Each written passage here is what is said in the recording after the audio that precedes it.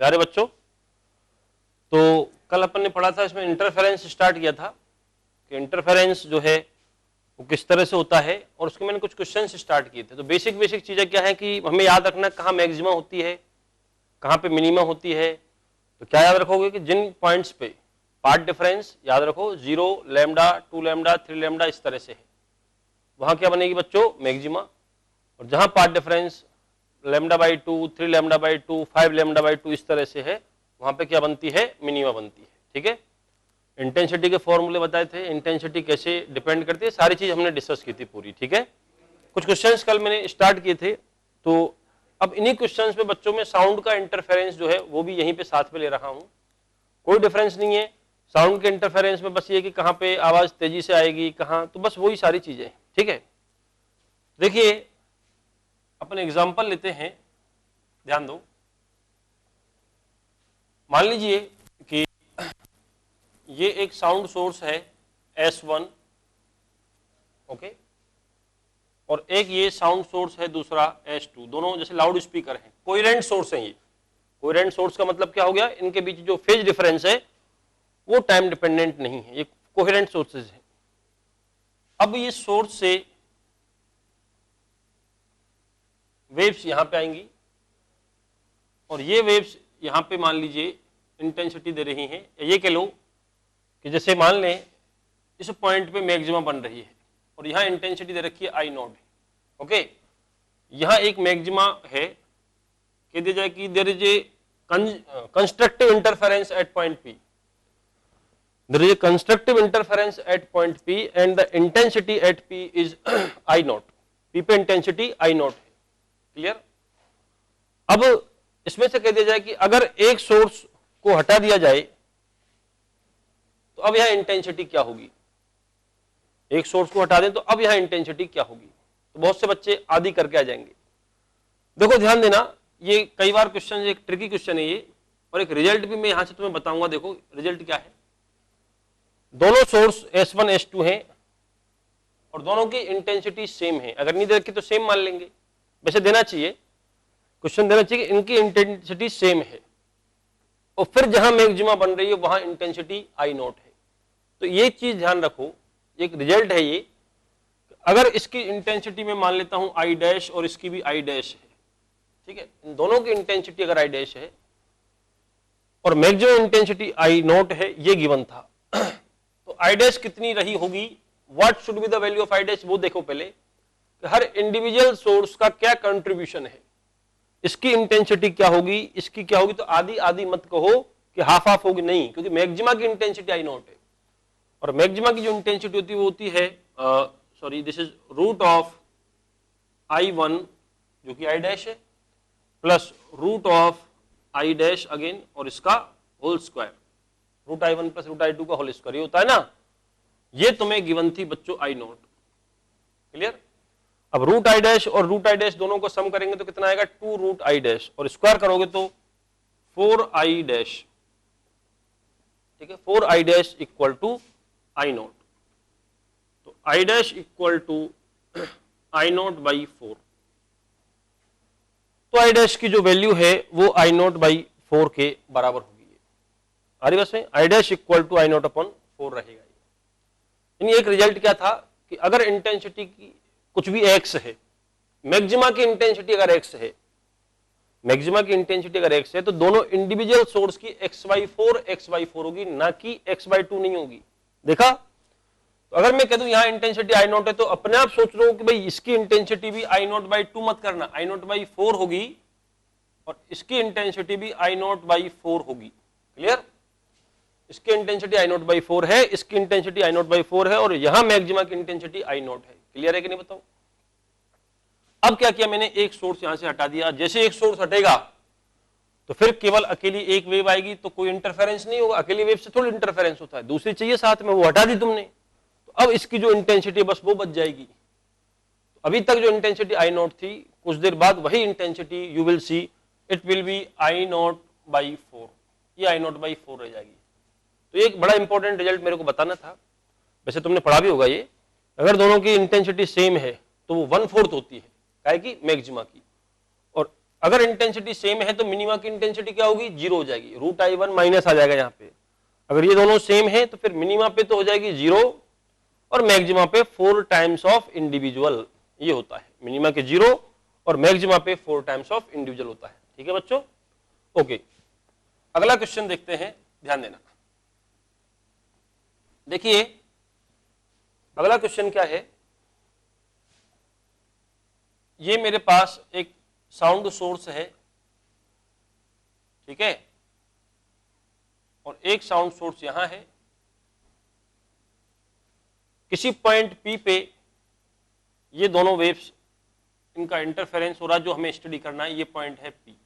अब सुनो क्या गिवन है, हमें गिवन है इसमें कि ये डिस्टेंस यहां से जो गिवन है वो 3 मीटर है, सोर्स S1 एंड S2 दे रखा होगा, बोथ आर कोहेरेंट सोर्सेज, ये दे रखा होगा, बोथ आर कोहेरेंट सोर्सेज, ये S1 है, ये S2 है, और ये 3 मीटर का ये डिस्टेंस है, और दोनों सोर्स के बीच का डिस्टेंस गिवन है 4 मीटर, दोनों सोर्सेज के बीच का डिस्टेंस 4 मीटर है। अब ये 3 मीटर और ये 4 मीटर है, तो अगर हम हाइपोटेनियस की लेंथ देखते हैं तो हाइपोटेनियस की जो लेंथ है वो है 5 मीटर।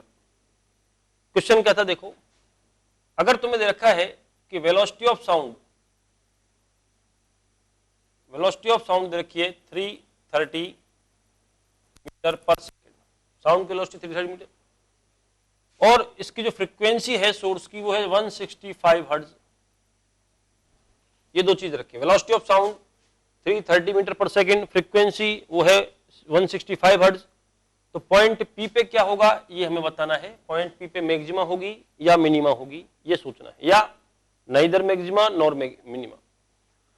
फिलहाल ये सब पता लगेगा हमें पाथ डिफरेंस से।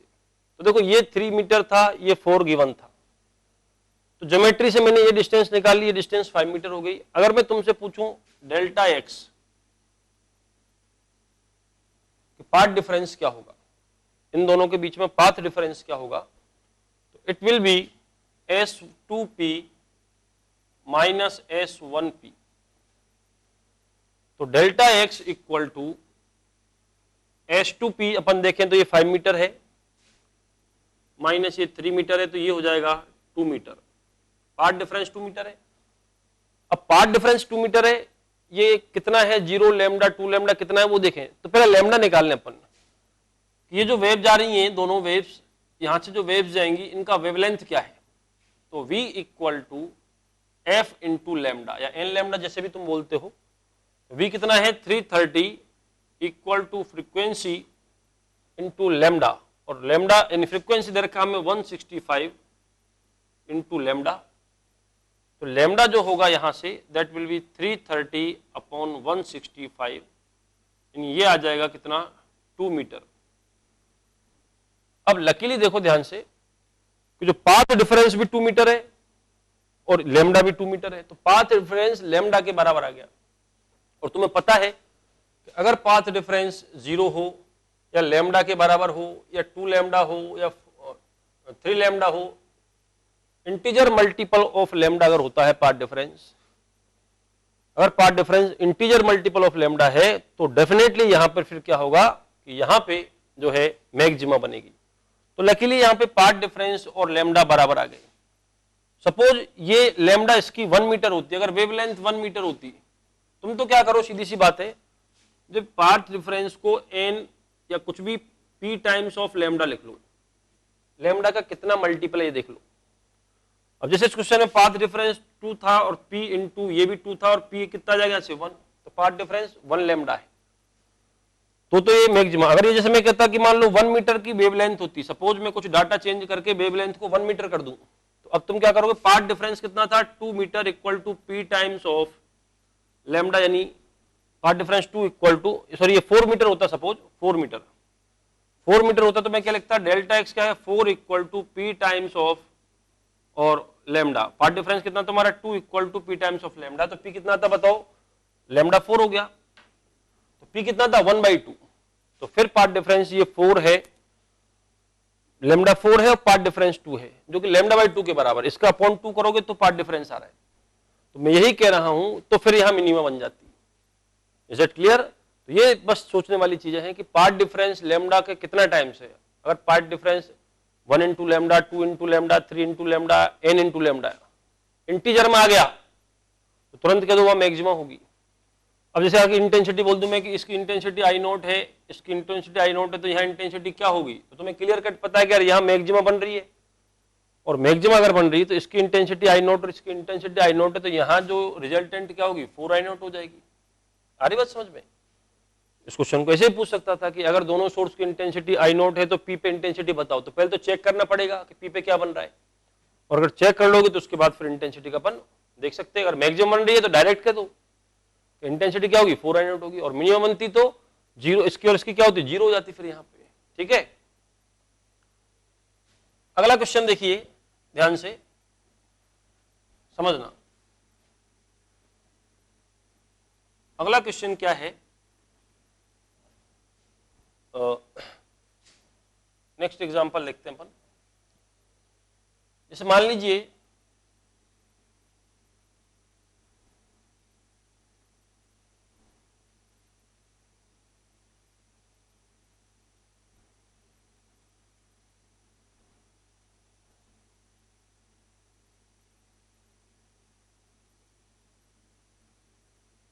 ये एक ट्यूब है इस टाइप की, ओके, इसका रेडियस r है। इनर और आउटर रेडियस की बात नहीं करूंगा, बहुत पतली ट्यूब है ना, ये नहीं कि इनर रेडियस कितना है आउटर रेडियस, ये बिल्कुल बहुत पतली ट्यूब है, रेडियस r मान लो इसका। यहां पे हमारे पास एक ट्यूनिंग फॉर्क है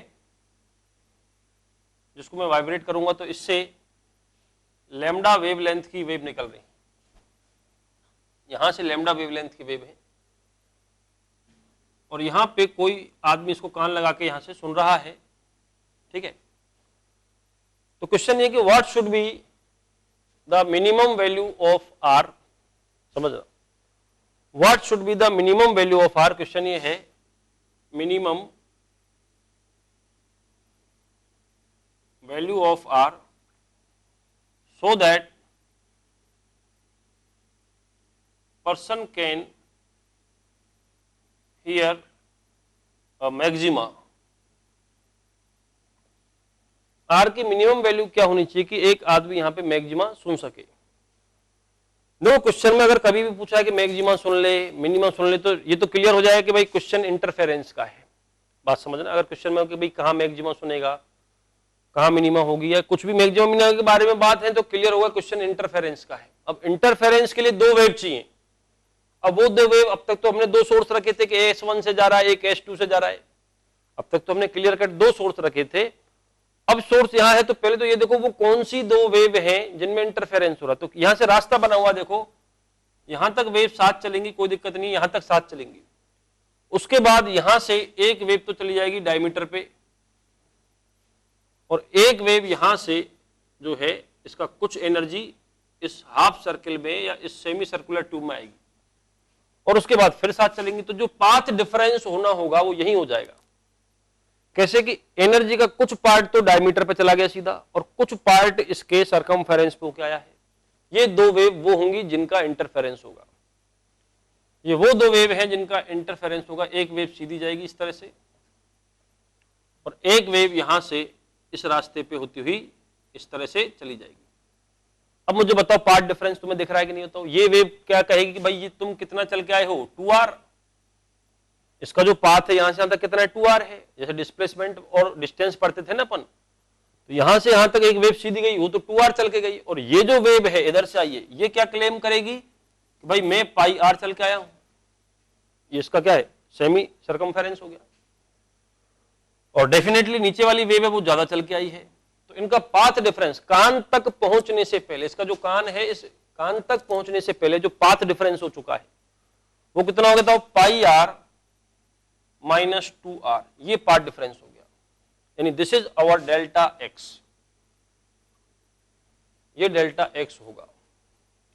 आई बात समझ में?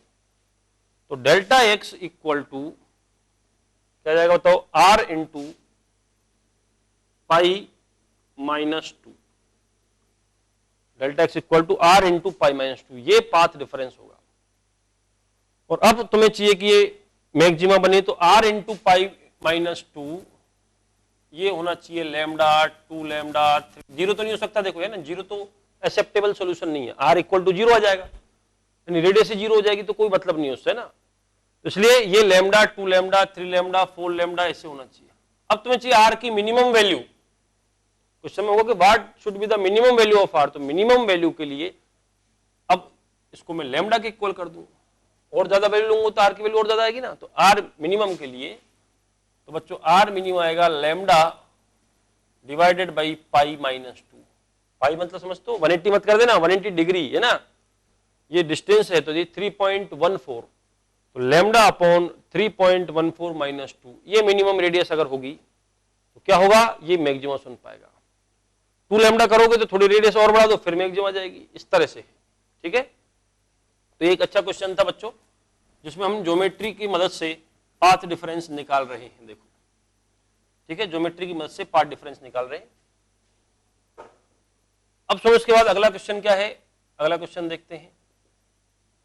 ये एक फिक्स वाल है, दीवार एक ये फिक्स्ड है, ये फिक्स दीवार है, ये एक सोर्स है, साउंड सोर्स, अरे बस समझ में, और यहां सोर्स के जस्ट नीचे यहां कहीं एक ऑब्जर्वर है, ऐसे सोर्स के जस्ट यहां पे एक ऑब्जर्वर है, ये सोर्स से ऑब्जर्वर की जो डिस्टेंस है वो दे रखा है 4 मीटर है, सोर्स से ऑब्जर्वर की डिस्टेंस 4 मीटर है। अब हमें ये बताना है कि सोर्स से दीवार की मिनिमम डिस्टेंस कितनी चाहिए, क्वेश्चन समझ में आ रहा है। ये सोर्स है, देखो बच्चों, सोर्स की जो अपने को दे रखा है इसके साउंड की वेलोसिटी, साउंड सोर्स है तो साउंड की जो वेलोसिटी है वो दे रखा है 320 मीटर पर सेकेंड, ठीक है, 320 मीटर पर सेकेंड, ये साउंड की वेलोसिटी है आगे से। और फ्रीक्वेंसी तुम्हें दे रखी है, frequency equal to that is 160 hertz, इतनी फ्रीक्वेंसी की साउंड वेव्स है। सामने एक दीवार रखी हुई है, ये सामने एक दीवार है ये। अब तुमसे पूछा है कि फाइंड, सुनो क्वेश्चन क्या है, find minimum value of x, find minimum value है so that observer can hear a maxima, observer एक मैक्सिमा सुन सके। तो देखो यहां से अब मैक्सिमा सुन, पहले तो क्वेश्चन पढ़ते कि यार मैक्सिमा सुनवानी है, ऑब्जर्वर को मैक्सिमा सुनवानी है, तो क्वेश्चन पढ़ते आया कि ठीक है मैक्सिमा के मतलब कौन सा इंटरफेरेंस होना चाहिए, बताओ कंस्ट्रक्टिव, कौन सा इंटरफेरेंस होना कंस्ट्रक्टिव। तो यहां से जो साउंड वेव है एक तो डायरेक्टली ऑब्जर्वर के पास आएगी और एक साउंड वेव जो है वो यहां से इससे टकरा के आएगी। मैंने कहा ना पहले तो उन दो वेव का पता लगाओ, तो सामने कभी कहते हैं दीवार रखी हुई है, सामने कोई हिल है, ऐसा कोई भी क्वेश्चन हो जो सामने कोई चीज है तो वहां से रिफ्लेक्शन मानना अपने को, नहीं दीवार का इसका क्या इंपॉर्टेंस है बताओ। तो दो वेव कैसे पहुंची होंगी, तो एक तो डायरेक्टली सोर्स से ऑब्जर्वर तक जाएगी और एक वेव जो है वो सोर्स से ऑब्जर्वर तक इस तरह से यहां से टकरा के आएगी वापस, ऐसे ही, ठीक है। इन दोनों का इंटरफेरेंस होगा and then you have the, तो चलो अब तुम्हें ये क्लियर पता है कि जब रिफ्लेक्शन होगा, चाहे वो ऑप्टिक्स में हो चाहे कोई सी वेव है, लॉ ऑफ रिफ्लेक्शन तो हर जगह फॉलो होंगे। तो ये हुआ एंगल ऑफ इंसिडेंस, ये हुआ एंगल ऑफ रिफ्लेक्शन, ये सेम होगा। देखो ये तुम्हारी डॉटेड लाइन कॉमन साइड हो गई और ये 90-90 के, तो दोनों ये ट्राइंगल ये और ये बताओ कॉन्ग्रुएंट हो गए कि नहीं बताओ। और दोनों ट्राइंगल बच्चों कॉन्ग्रुएंट हैं तो ये डिस्टेंस हो गई 2 मीटर, यानी ये और ये डिस्टेंस 2 मीटर, हाफ हाफ हो गई, 4 मीटर के दो पार्ट कर दो, ये 2 मीटर ये 2 मीटर। अब पाथ डिफरेंस लिखें तो पहली जो वेव है जो डायरेक्ट आ रही है, पहले लिख दूं मैं x1 जो चल के आई ये वेव, ये सीधी चल के आई है कितना 4 मीटर, ये तो दिख रहा है। ये वेव यहां से डायरेक्ट चल के आई है कितना 4 मीटर, इसका पाथ तो 4 मीटर हो गया। दूसरी जो वेव है जो यहां से रिफ्लेक्ट होकर इस तरह से आई है, इसको अपन बोल दें इसका पाथ है x2, ये पाथ x2 चल के आया है।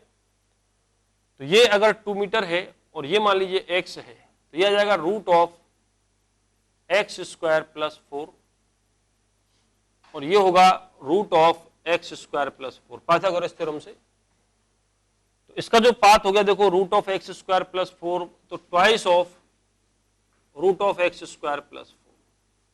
तो क्लियर कट है कि ये पाथ ज्यादा है, ये कम है, दिख ही रहा है। तो डिफरेंस देखो कौन सी वेव दूसरी वेव से कितना ज्यादा चल के आई है। तो ये चल के आया है 2 into root x square plus 4 और ये चल के आई है 4 मीटर।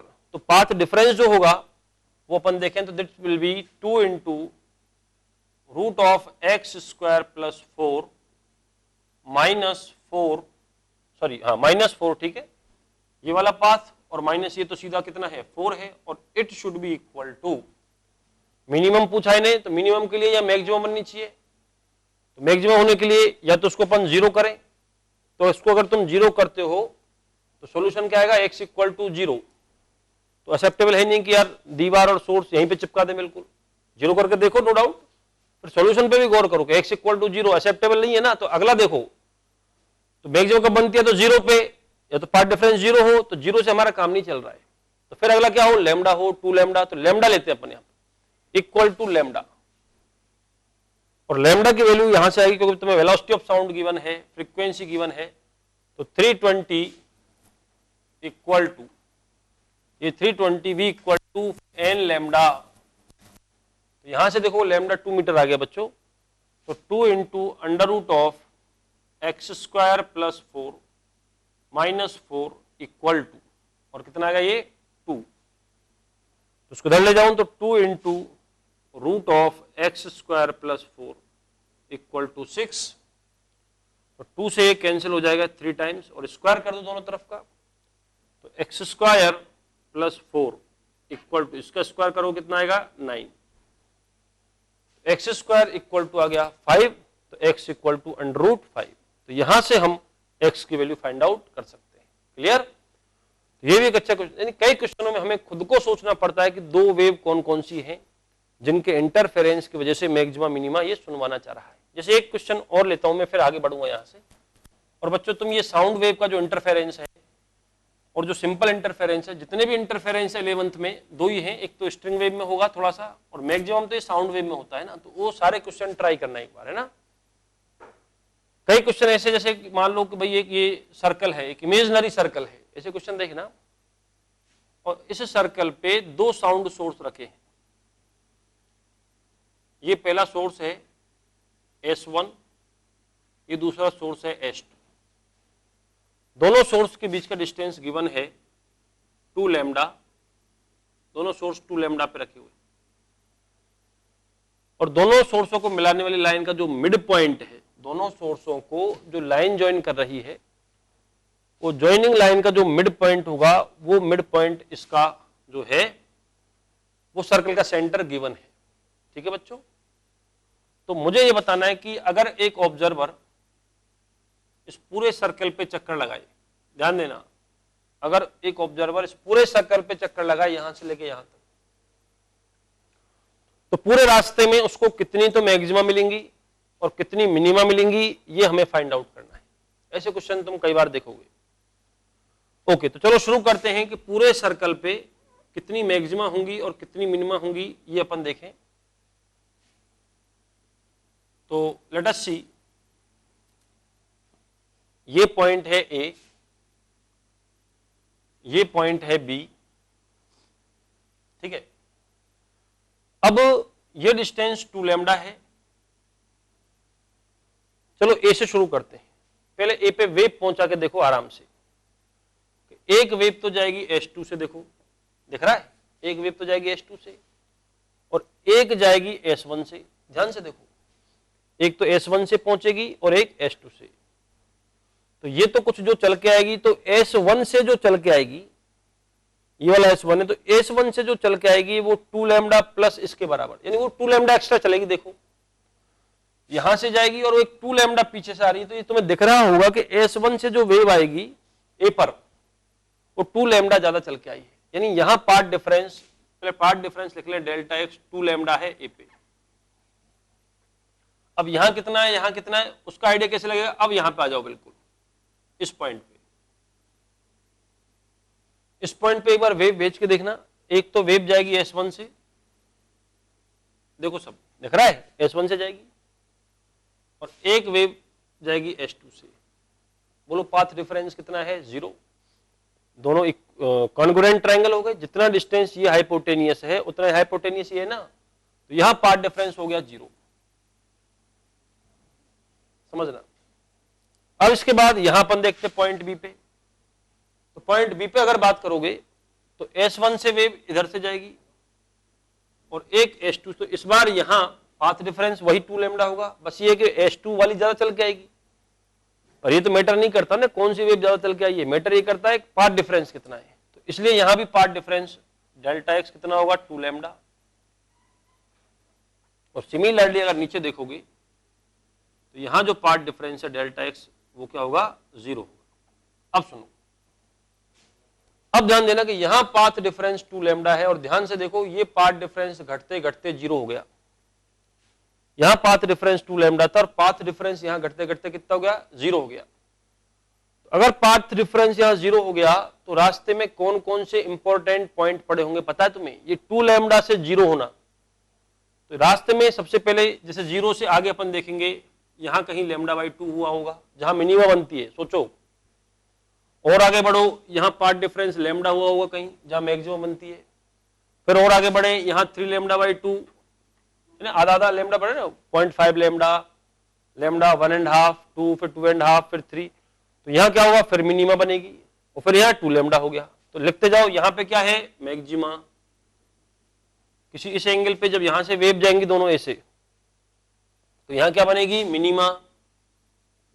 यहां क्या बनेगी? मैक्सिमा। यहां पे मिनिमा और यहां पे मैक्सिमा। समझे? इसी तरह अब इस क्वाड्रेंट में आ जाओ, यहां पाथ डिफरेंस 0 से बढ़ते बढ़ते बढ़ते 2 लैम्डा हो गया। तो इस वाले क्वाड्रेंट में इंपॉर्टेंट पॉइंट्स कौन से मिले होंगे हमें? तो यहां पे जो पाथ डिफरेंस है वो 0 से बढ़ के यहां बढ़ रहा है, देखो 0 से बढ़ के 2 लैम्डा हो गया। तो here you will have lambda by 2। अरे समझे? यहां पे आ जाएगा लैम्डा, यहां जाएगा 3 लैम्डा बाई 2, और यहां पे 2 लैम्डा। यानी what is this? Minima, again यहां पे मैक्सिमा, यहां पे मिनिमा और ये मैक्सिमा। सिमिलरली यहां देखोगे तो ये अब देखो 2 लैम्डा से घटते घटते 0 हुआ है। यहां पे 0 से इधर क्या पड़ा होगा? कोई कोई लैम्डा बाई 2, फिर लैम्डा, फिर 3 लैम्डा बाई 2। ऐसे यहां पे देखोगे तो ये lambda by 2, lambda, 3 lambda by 2 और ये 2 लैम्डा। ये क्या बताओ? ये मिनिमा है, ये क्या है? मैक्सिमा है, ये मिनिमा, ये मैक्सिमा। ऐसे ये मिनिमा है, ये मैक्सिमा और ये मिनिमम। तो अब देखो कितनी मैक्सिमा मिनिमा बनी यहाँ पे। मैक्सिमा गिनने अपन यहां से स्टार्ट करते हैं, 1, 2, 3, 3 मैक्सिमा। इधर देखो 4 और ये 5, 5, ये 6, ये 7 और ये 8। तो 8 तो मैक्सिमा होगी इस पे, पता है? इस पूरे सर्कल पे 8 तो मैक्सिमम होंगी। और गिन के देखो, you will have the 8 minima. इसलिए इस पूरे सर्कल पे you will have 8 maxima and 8 minima. तो इस तरह के क्वेश्चन भी इंपॉर्टेंट रहते हैं जिसमें केवल हमें कोई कैलकुलेशन नहीं करनी थी, सीधा एक ऑब्जर्वेशन देखना था कि कौन कौन से पॉइंट यहाँ पे मैक्सिमम बनाएंगे और कौन कौन से पॉइंट मिनिमम बनाएंगे। तो बच्चों ये था इंटरफेरेंस के बारे में। अब देखो इसके बाद में दूसरा जो है वो अपन यहां से आगे बढ़ते हैं, और अब हम पढ़ते हैं इसमें, क्योंकि अभी साउंड वेव्स मैंने स्टार्ट नहीं किए, ये केवल एक इंटरफेरेंस ऐसा टॉपिक था जो मैंने साउंड वेव का यहां पे साथ में ले लिया। तो हम पढ़ रहे थे, एक्चुअली वापस से तुम्हें याद दिलाऊं, सुपरपोजिशन ऑफ वेव्स। वेव्स का सुपरपोजिशन पढ़ रहे थे कि अगर मीडियम में 2 या 2 से ज्यादा वेव पहुंच जाती हैं एक साथ, किसी भी मीडियम में 2 या 2 से ज्यादा एक साथ वेव पहुंचेंगी तो मीडियम में क्या होगा? Due to superposition what will happen. तो इसका जो पहला फिनोमिना था कि सुपरपोजिशन की वजह से इंटरफेरेंस का होना, ये हमने पढ़ा था। अब उसी सुपरपोजिशन से और क्या क्या हो सकता है ये समझना।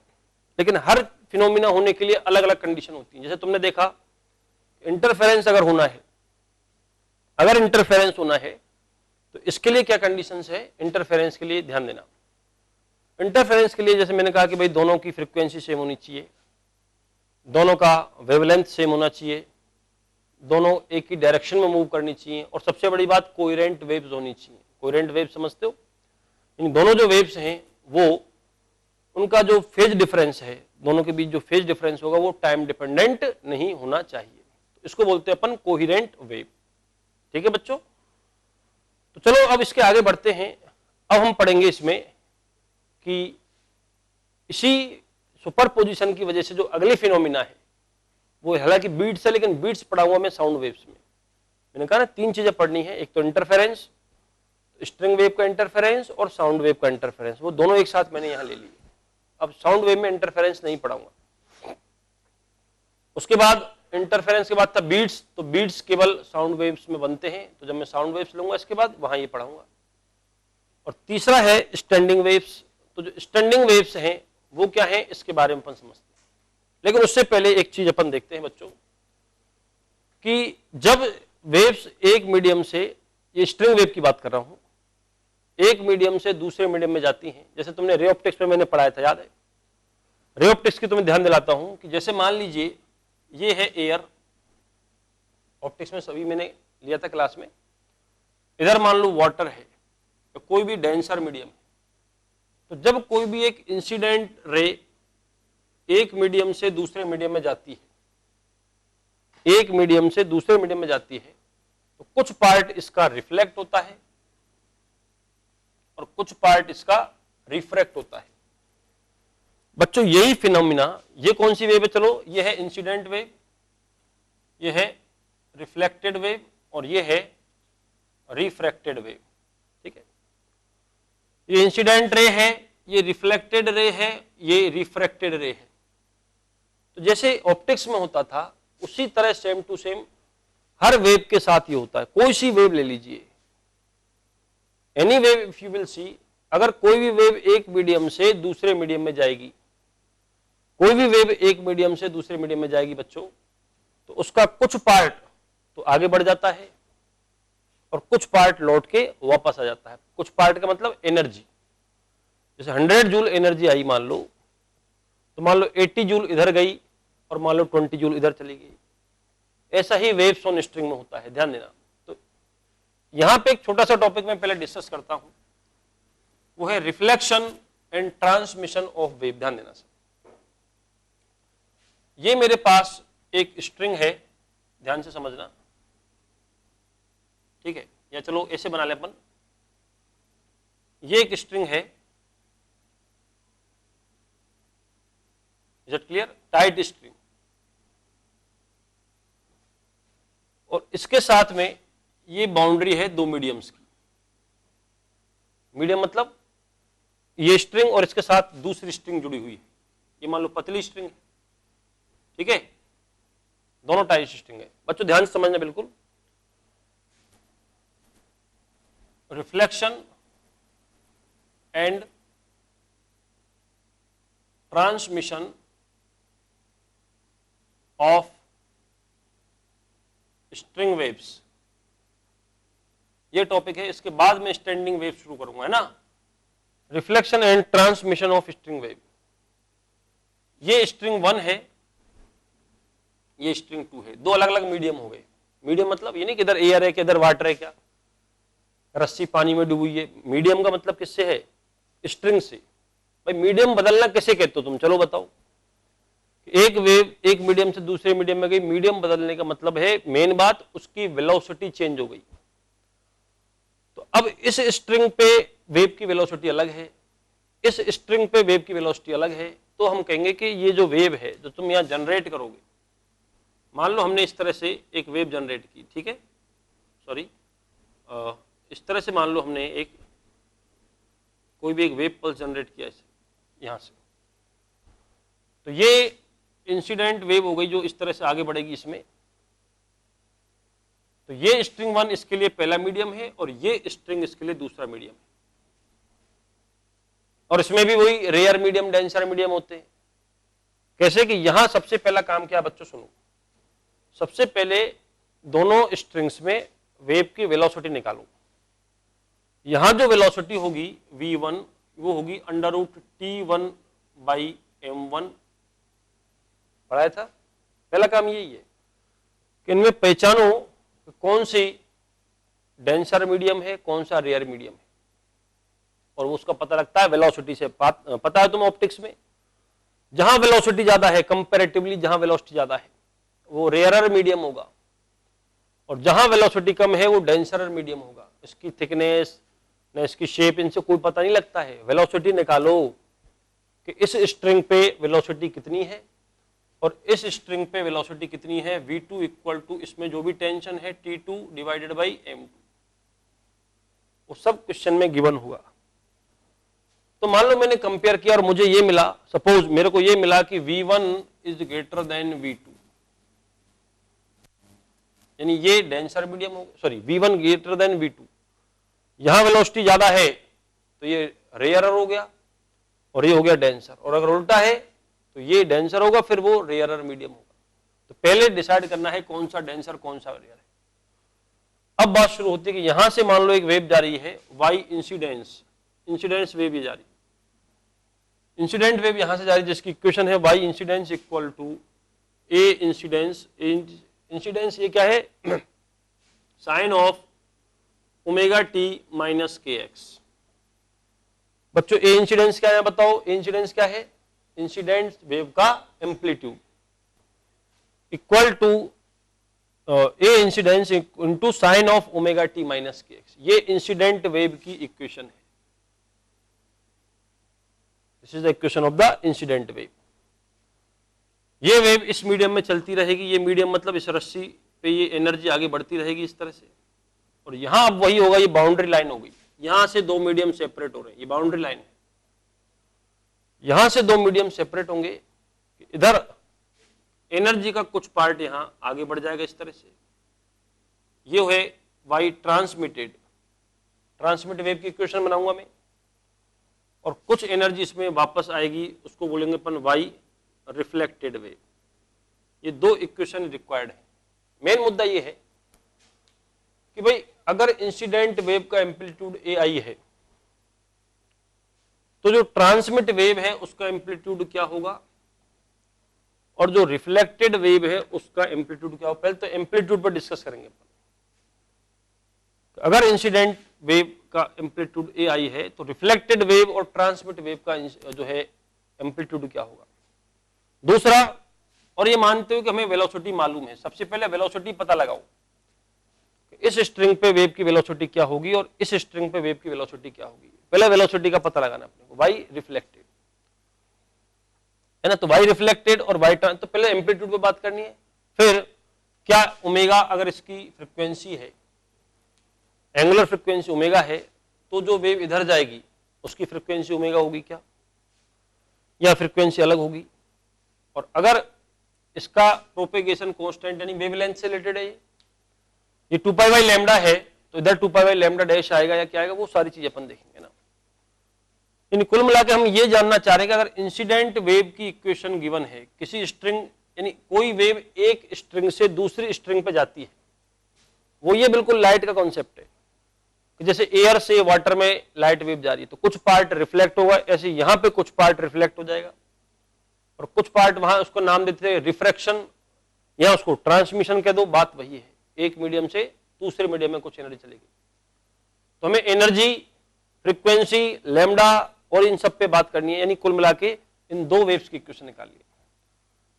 तो चलो सबसे पहले हम बात करते हैं एम्पलीट्यूड पे।